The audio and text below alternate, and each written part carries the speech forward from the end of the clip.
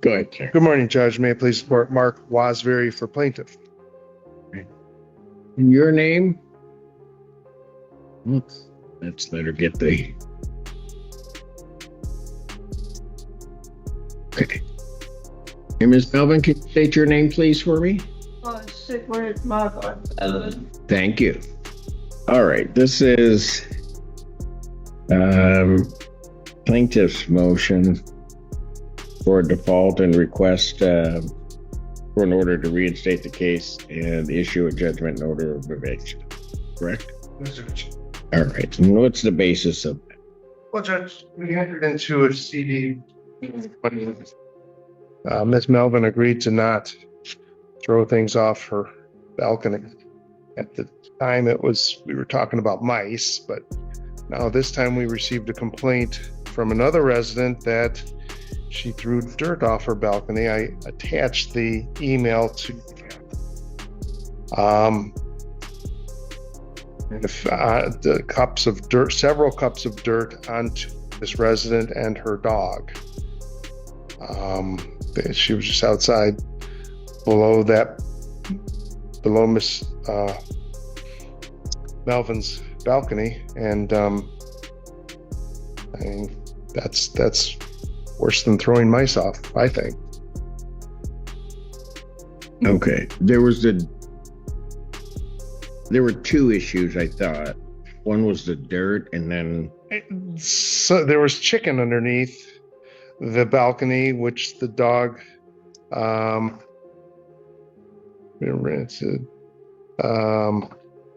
There was an earlier incident where her dog ate chicken that was underneath the balcony, got sick. But the other issue was when, on the day that it's alleged that she threw dirt down on the dog and this resident, there was also food underneath. The hearing opens with a surprising accusation. Property management claims that a resident violated a previous court agreement by throwing material from her balcony. What began months earlier as complaints involving objects being dropped has now escalated into allegations that dirt was thrown onto another resident and her dog. The plaintiff argues that the incident directly violated the terms of an earlier settlement, placing the defendant back before the court and raising the possibility of eviction. The balcony, and when asked about it, there was also food under her apartment, and Max had eaten something. I asked her what it was, and she said she did not have to tell me. That's in the March 24 email correspondence from the resident to my client. got it.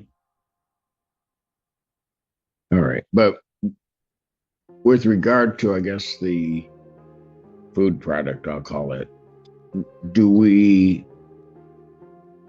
it was underneath the balcony area, but we don't know whether or not Miss Melvin did anything. Well, certainly February, the earlier incident, there was no contact that I'm aware of between the other resident and Miss Melvin.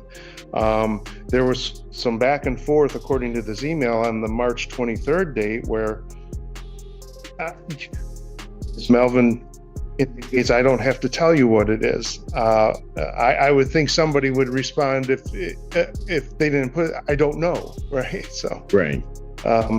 So I guess so. It's all throwing dirt down on somebody is certainly a serious incident, especially if we all agree that nothing will be thrown off the balcony. All right. Melvin, what do you want to tell me? Oh. When did that come in? When did you send that? That was when you came out. As the judge digs deeper, the focus shifts beyond the dirt itself.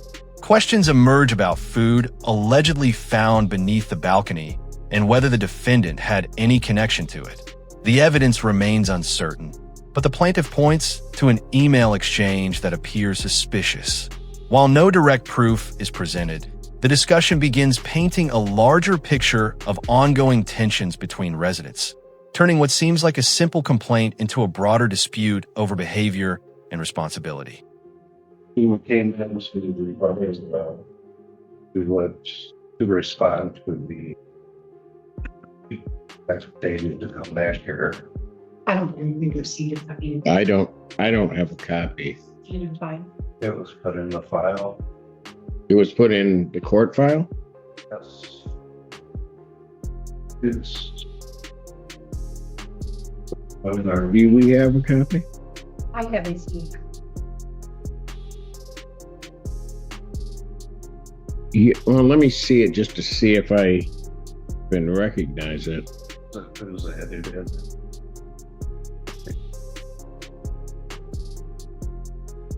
Okay, that was from you. Did Mr. Westbury, did you get a copy of it? This one. Because it was entitled Affidavit of Default Request for Order of Reinstatement.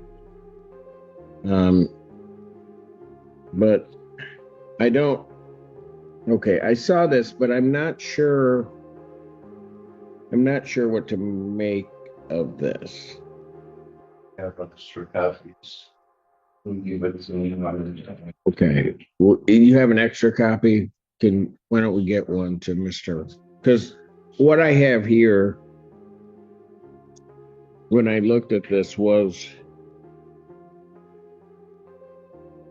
there were photos on it, but then it's. The hearing slows as the court reviews documents submitted by the defendant. The judge struggles to interpret the paperwork, noting that portions appear unclear and difficult to follow. Rather than allowing the discussion to become scattered, he separates the allegations into individual issues. The critical question soon emerges. Was dirt intentionally thrown from the balcony, or was something else responsible? With both sides presenting different versions of events, the judge begins examining the facts more closely. It looks like part of a policy that's stricken through. Is that? Well, there are lines that are like there's asterisks or large asterisks next to certain provisions. That was aiming to what I had at the bottom. I had a copy of it in there, but Right, but okay, what am I supposed to make of this? I mean, this is a response to their complaint about the food, the dog. all right, let me stop for a moment. Let's break it apart because there's the first part of the food, and I'm not sure of that. Let me ask you this: was there some dirt thrown off the balcony? That was water. A bottle of watering pot. It was what? Water. A watering pot. She was trying to discourage the dog because the dog was running loose through the garden when the dog should have been on a leash. It also says in here that the building limit on dogs is 20 pounds. And that's even for therapy animals. So the dog shouldn't have walked. The dog was out running loose and everything before the owner came and put it on the leash. Okay, so couple things. What kind of dog is it? The defendant finally offers an explanation. She insists that no dirt was deliberately thrown and claims the incident involved water from a watering can. According to her account, she was attempting to discourage a dog that had entered a garden area where she believed it should not be. The judge immediately focuses on the bigger issue. Even if the dog was somewhere it should not have been, was taking matters into her own hands an acceptable response? The hearing begins, shifting toward that central question.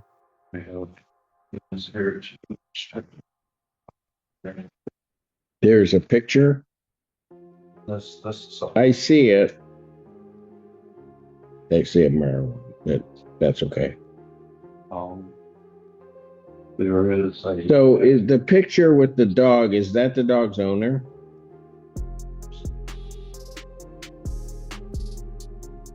It's an accommodation. Pardon? My client tells me the dog is by way of an accommodation. Okay. Got it. Required to be on a leash when areas looking to the handbook. Okay, so I'm to understand what is being said to me. The dog wasn't on a leash. And so what was before the water happened, what was the dog doing? Through the garden area, backyard. Not a Doing what? Though. poop and pee on the garden bed. The garden club doesn't want the dog pooping and peeing back there. The dog's supposed to be on. Okay, so let's assume, for the sake of argument, all of that's true. Wouldn't the response be to write a letter to management asking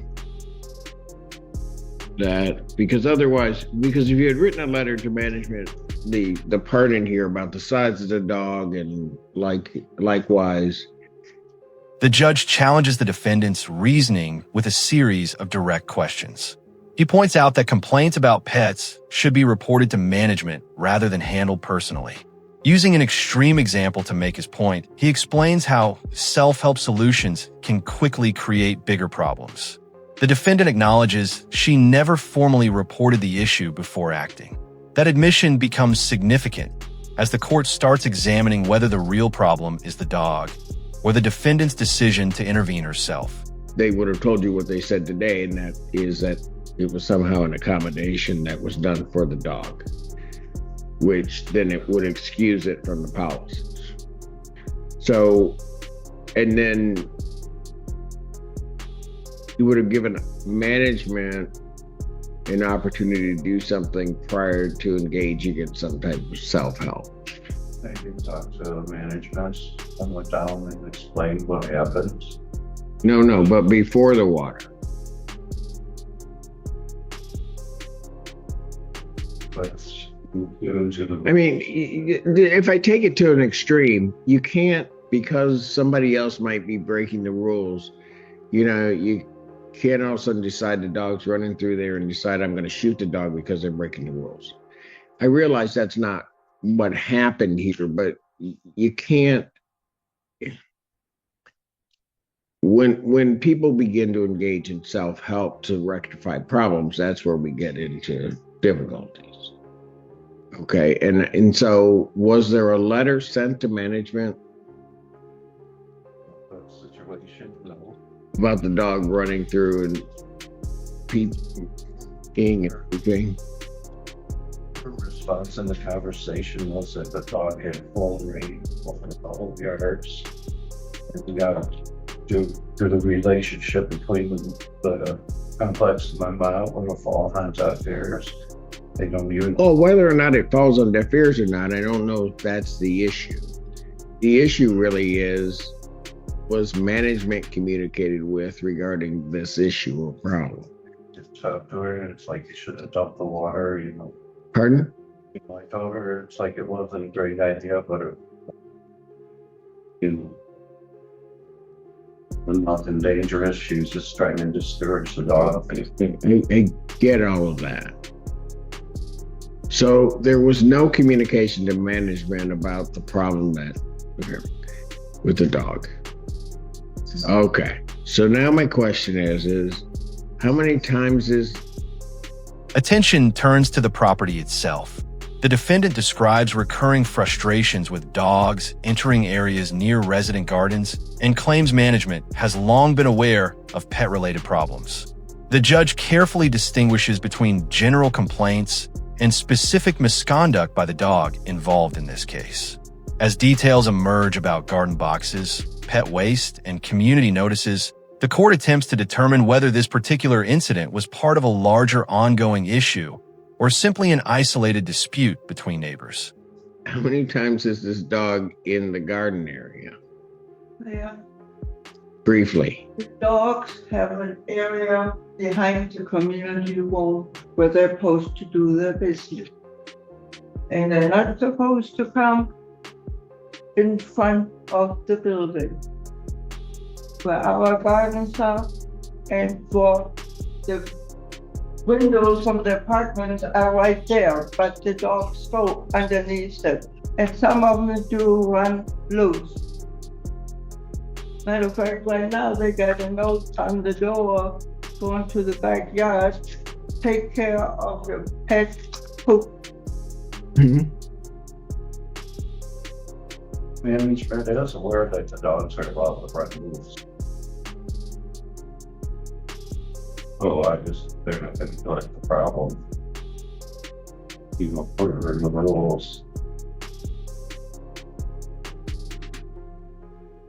Okay, was there a particular thing with this dog that's the problem, or is it a bunch of dogs that are the problem?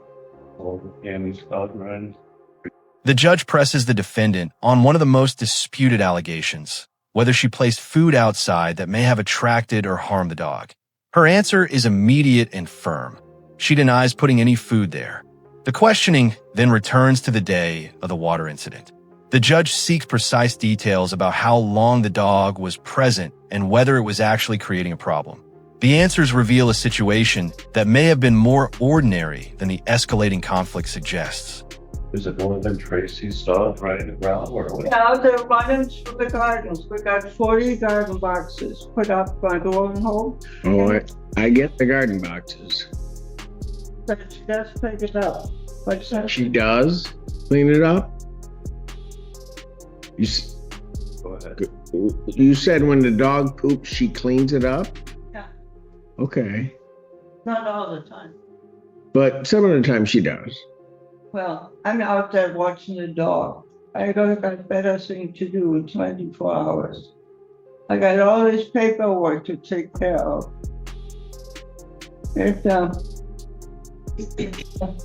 This is put out the March news in 2024.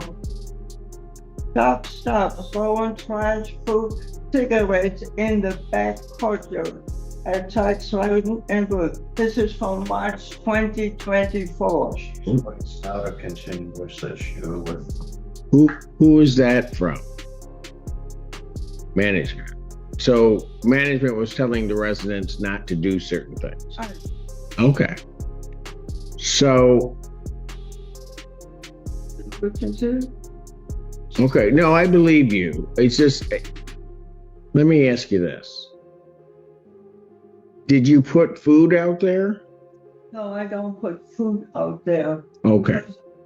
That was since 2006. I remember. Probably before. Okay, Miss Melvin, hold on. I just asked you a question. You didn't, it's okay. You didn't put food out there that the dog ate. The discussion becomes increasingly focused on property rules. The defendant argues that there is a designated area intended for dogs, while the judge repeatedly asks whether that area is truly separated from the gardens. As the details unfold, it becomes clear that the boundaries may not be as strict as the defendant believes. The key moment arrives when she admits the dog was off its leash when the water was thrown, adding another layer to an already complicated dispute. I know it sounds like a weird, I just need you to tell me yes or no. Did you put food out there? No, I don't put food out. Okay, all right. Because it's, No, just no. no. Okay, all right. How long when you threw the water, how long was it that the dog was out there? Well, the dog runs through that. When I, How long was he outside? Hmm? How long was he out there running through the garden? yesterday, No, when you poured the water. when the dog is over there, I'm on the. How long was he running around yard. How long was he running from the yard? Half hour? They usually out to 10, 15 minutes, in the whole big yard. So, Okay. And so it's true that there's an area for pets that's separate and apart. It's one big area, sir. Okay. okay, Are the dogs allowed in where the garden boxes are? It's not blocked off or anything. Okay. Are they? I get it's not blocked off. Are the dogs supposed to only use one part of the area or no? Okay. There's pictures there showing the designated dog area. Now the judge examines the defendant's motives. He asks whether she dislikes the dog or its owner, probing for signs of personal hostility. Surprisingly, her answers suggest the opposite. She describes the dog positively and even claims to have a friendly connection with its owner. Those responses weaken any argument that the incident was driven by malice. Yet the judge remains focused on conduct rather than intent, making it clear that even well-meaning actions can still create serious problems. There is. Well, but hold it. You're saying there's a designated dog area. How's it designated? Says dog area. Okay. I guess that would do it. But does it block off a certain area or? It's got the green post out there. It's got a what? Green post with a basket with the bags to pick up the do. Yeah. And like I said, Yeah, but I guess what I'm asking is, in your mind, is it blocked off? Is that area blocked off from the garden area? No. Okay. Let's say in the rules that the dogs must be on the leash when they're in the, which we use somebody has walked them up the area. When they designate area is at the ends. Okay, so let me ask you this. When you threw the water, was the dog off the leash? Yeah. It was? Okay. And but I don't pour, He's thinking. go ahead. What were you gonna say, Miss Melvin? What were you gonna say? I don't pour a whole bucket on the dog. When I water my plants, some of it, when I go from one part to another, might drop down. So the dog doesn't get wet, but probably barely gets a drop on it. I don't stand out. Okay, so let me ask you this. The plaintiff seizes on a crucial admission found within the defendant's own written statement. The document appears to acknowledge that water was used to discourage the animal from entering the garden area. Management argues that residents cannot police support animals themselves, especially by throwing anything from an upper floor balcony. The hearing suddenly shifts beyond a neighborhood disagreement and into questions involving disability accommodations, resident rights, and the limits of personal enforcement. When the water got on the dog, were you downstairs or were you on your balcony? It's on the balcony. Okay. So you're watering your plants, you see the dog going through, and you throw some water. Well, my balcony is on the third floor. The dog Right. is on the first floor. Right. And under the balcony. But on the first floor, Okay. the Right. balcony is over. I got If you. the dog is underneath there, he's probably gets a drop of water. So it's not like I'm turning on the water hose. I like the dog. Okay. Ms. Bowman, you didn't say you took out a garden hose or a fire hose and got the dog. I'm not saying any of that. Okay.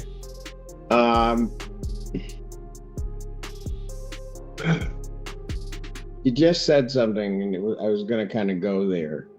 Do you have a problem with the dog at all? What are your issues with the dog? I don't have an issue with the dog. He's a nice German Shepherd, 150 pounds, and when I see him, I'm touching him, and he lets me pet him. Okay. I don't, All right. no, I don't So- do animals. Okay. No, I'm not saying you do. That's why I had to ask the question. Some people do and some people don't. My next question to you though is, who's the owner of the dog? Tracy Stacy. All right. Let me ask you this. Give me an honest answer. The judge takes time to explain why support animals are treated differently under the law. He notes that accommodations can override normal pet restrictions, even when other residents disagree. The defendant appears skeptical, but the court leaves little room for debate on that point. Once the legal framework is established, attention returns to the incident itself. The judge prepares to decide whether the conduct warrants eviction or whether another outcome is more appropriate under the circumstances. Do you like her? Yeah. Matter of fact, she's from Grapevine and lives in Corners Fall, but where he used to live. So we have a kind of link connection. Okay. Yeah, and she's the president of our residence council right now. Okay. So, no, I don't really have any issues with any of our tenants. Some of them are clearly, well, I stay away from them. And right now we have a lot of old people that don't even come out of their apartments. That's how scared they are. We can't even turn on the TV in the community room. She won't put it at the clicker. Stick to the matter at hand. The clicker is still an issue? Never mind. Don't answer. Okay.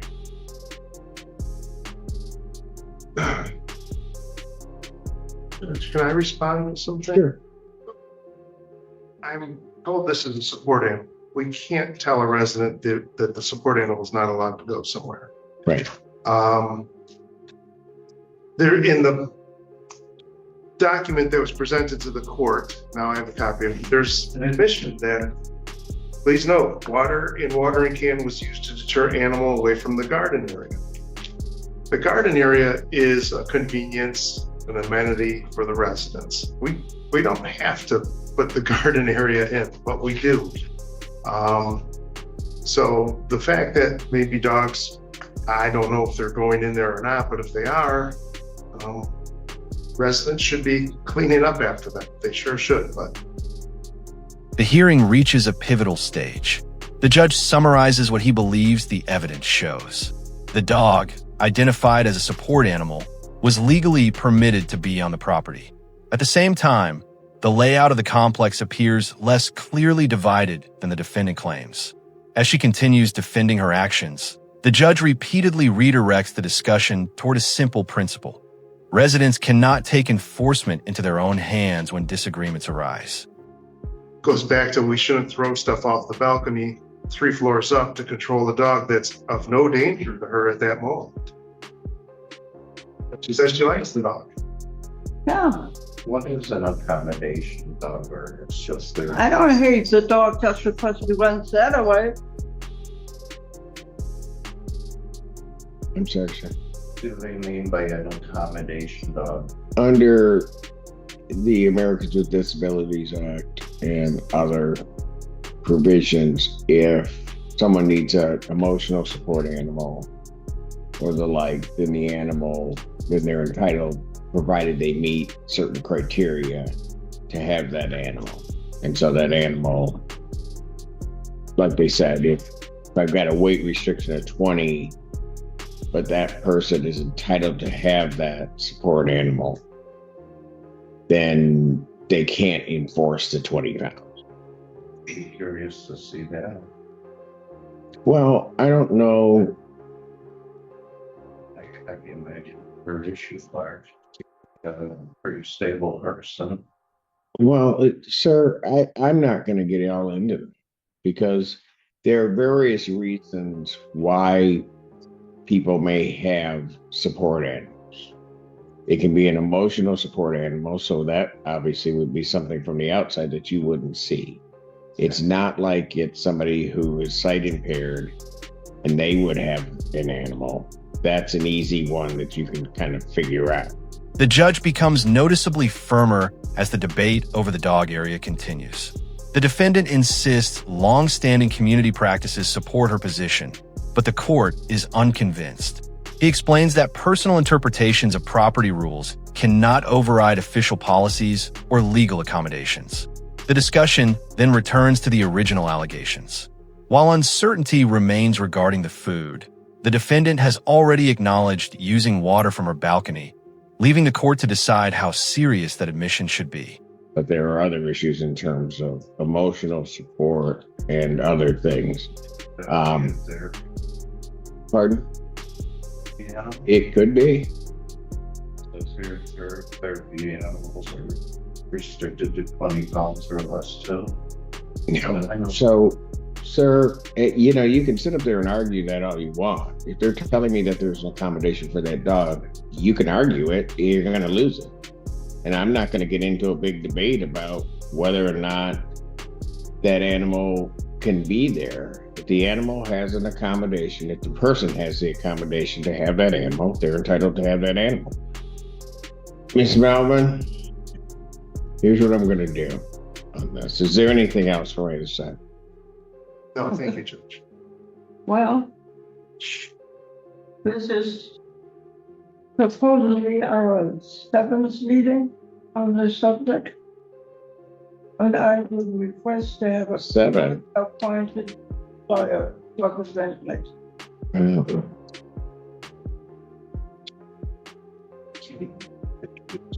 About our 10th meeting, but that's okay. I would listen to what he says first. I would listen to what he said.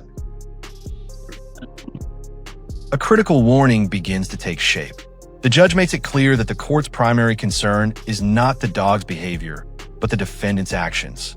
Whether it is water, dirt, paper, or any other object, nothing should be thrown from a third-floor balcony. The defendant repeatedly attempts to explain her reasoning, but the court continues steering the conversation back to a single issue. The possibility of eviction remains in the background as the judge weighs how far to go. I would listen to what he was going to say first. Oh, I'm sorry. Okay. Was there anything else you want to tell me about the water and the dog? Like I said, I don't drop the bomb water on him. And if I'm out on my balcony watering my plants, and he's right under the balcony down here, Yeah, but he's I drop a couple drops on him. So I don't do it out of hatred or any of those other motivations human beings have or make up. okay. I've been there since That was 6. I never had to go to court with any kind of issue since she came into the office. Okay.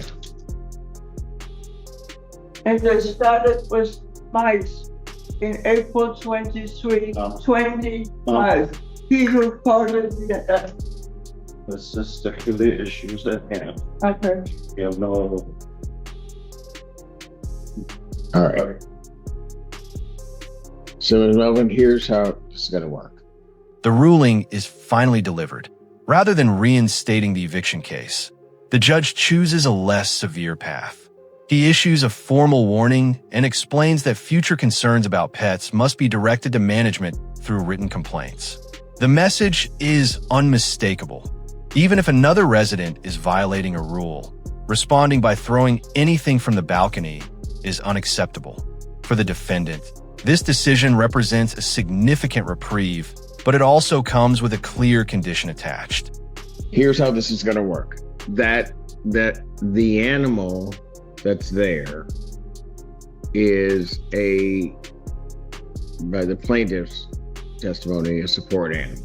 So there's not a whole lot that can be done. Here's the issue. Also, as I'm understanding it, the pet area and the garden area are not separate. Yeah. Yeah, it's where the garden starts and here's where the building ends. My apartment is right up here. Yeah, but you may be drawing a line, but it seems to me that the area, as I'm to understand it, is all one area. Well, it's the back of the building. Right. It's all one area. So the dogs can't. Just as the dispute appears resolved, the defendant shifts the conversation in an unexpected direction. She begins describing the toll the ongoing conflict has taken on her daily life. Speaking emotionally, she references stress, sleepless nights, health concerns, and the challenges of living in a senior community. What started as a disagreement involving a dog and a balcony now reveals deeper frustrations that extend far beyond the courtroom and into the residents' living conditions. The dogs aren't prohibited from being in a certain area. Well, they're behind the community. Hold on. They're, as I'm to understand it, they're not prohibited from being in that area. Here's the other problem. If the owner of that dog is walking through the garden area, that dog is entitled to go with the owner. No dog in the garden area. That's according to Grow and Hope. The company that goes to dogs sale. Company brings that to the The defendant continues outlining a series of complaints about management and maintenance issues within the housing complex. She describes concerns ranging from heating problems to residents feeling neglected and unsupported. While the judge listens respectfully, he reminds her that those broader grievances are separate from the matter currently before the court. The hearing briefly transforms into a window into community frustrations before the judge redirects attention back to the case at hand. All right, Miss Melvin, I'm going to tell you, the dogs are allowed. There's nothing that prohibits the dogs from being there. Well, if you didn't turn them all to those. The dogs are allowed to be there. Let me show you one picture. Other side. What's it? Oh, The sign that says dog area. okay, but where's the boundary? No, don't just tell me, okay, I'll look at your picture, but where's the boundary? With the decision already made, the judge closes the hearing on a surprisingly calm note. The defendant accepts the warning, and the court formally declines to move forward with eviction. After a tense exchange filled with disputes over dogs, balconies, property rules, and resident responsibilities, the case ends with a second chance rather than a punishment. The parties are dismissed, the courtroom rises, and the hearing comes to a close. I can have an area that has two different uses. And I can say this is a dog area that may be opposed to another area way away. This is where you have to take your dog. You're making up your own rules. And I'm telling you, that's not the way it works. Well, that's the way it's been working for 20-some years. Okay, then it stops today. So here's how I'm going to resolve it. I'm going to find that I have no way of knowing other than her statement, and I would agree with Mr. Wasbury. It's a weird statement to make if somebody accuses you of something, but I don't know that I can do anything with that. She says that the food wasn't there. She admits to the water, not dirt. You can't throw things off your balcony. You got that? Well, can we talk about how many inches of dirt? Because the wind blows dirt onto the balcony. So I sweep it. And if there's a dead mouse there, it goes down. Just stick to the issue at hand.